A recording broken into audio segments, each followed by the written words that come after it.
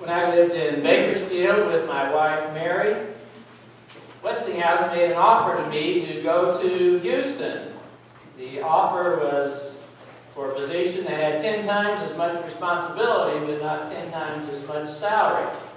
And I knew any decision that I made, I really had to bring God into the equation.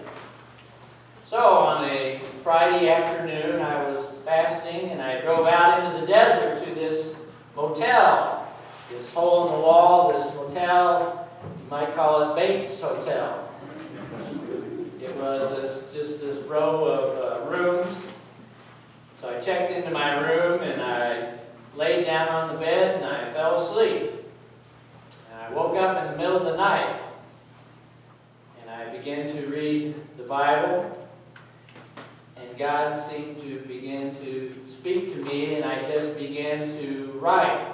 And I wrote page after page after page of how He had guided me through my life and the decisions that I had made, how those had impacted my life, especially my spiritual life.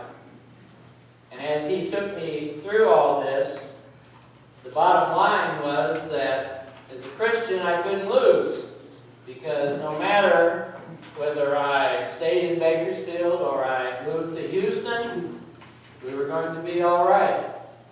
In fact, we had a wonderful life in Bakersfield, and if we moved to Houston, if we were very successful, that God would bless us. If we weren't successful, He would still bless us, because we learn more, don't we, through the things that go wrong than through the things that go right. Now, yesterday afternoon when I preached this sermon, somebody came up to me and said, "How could you expect anything to come to good if you moved to Houston?" Hopefully none of you are from Houston. But I had to agree with them, because neither Mary nor I were very fond of Houston, Texas. Never could figure out why they were so proud of the state, but I guess that's another story.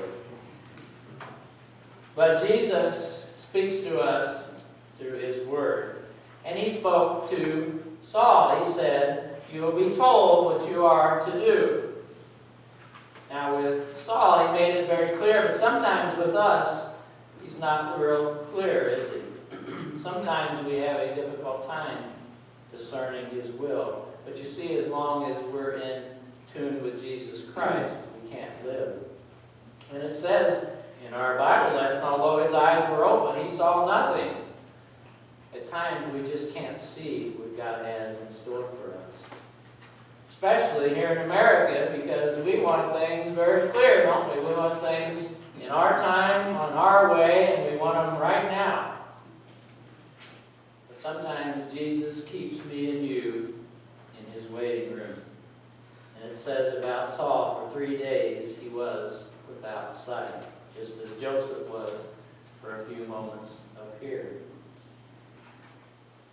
It's difficult sometimes being in His waiting room. I've spent some time in waiting rooms, especially intensive care waiting rooms. And there's no other place on earth like an intensive care waiting room. Questions are asked like, what would I do without my husband?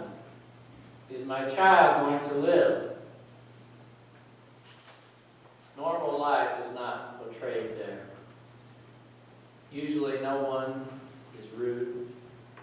There are no distinctions of class or race. Everyone is rooting for everyone else. But there is intense suffering. Now the Bible actually promises us that each of us will go through suffering in this lifetime. And that's exactly what Paul said to Ananias, God said to Ananias before he went to visit Paul. God said to Ananias, "For I show him how much he must suffer," and how much Paul did suffer for the kingdom of God. And we see great suffering in our society, like the 20 children who were killed at Sandy Hook Elementary. Can you imagine for a moment the pain and despair of those parents? you see, one of the things that happens in a tragedy like that, in a loss, people at first gather around those who have had that loss. But then after a while, they all kind of fall away. And their parents are left by themselves, especially if they don't have Jesus Christ. And the Bible makes it clear that this is not the first time there was a tragedy of death of children.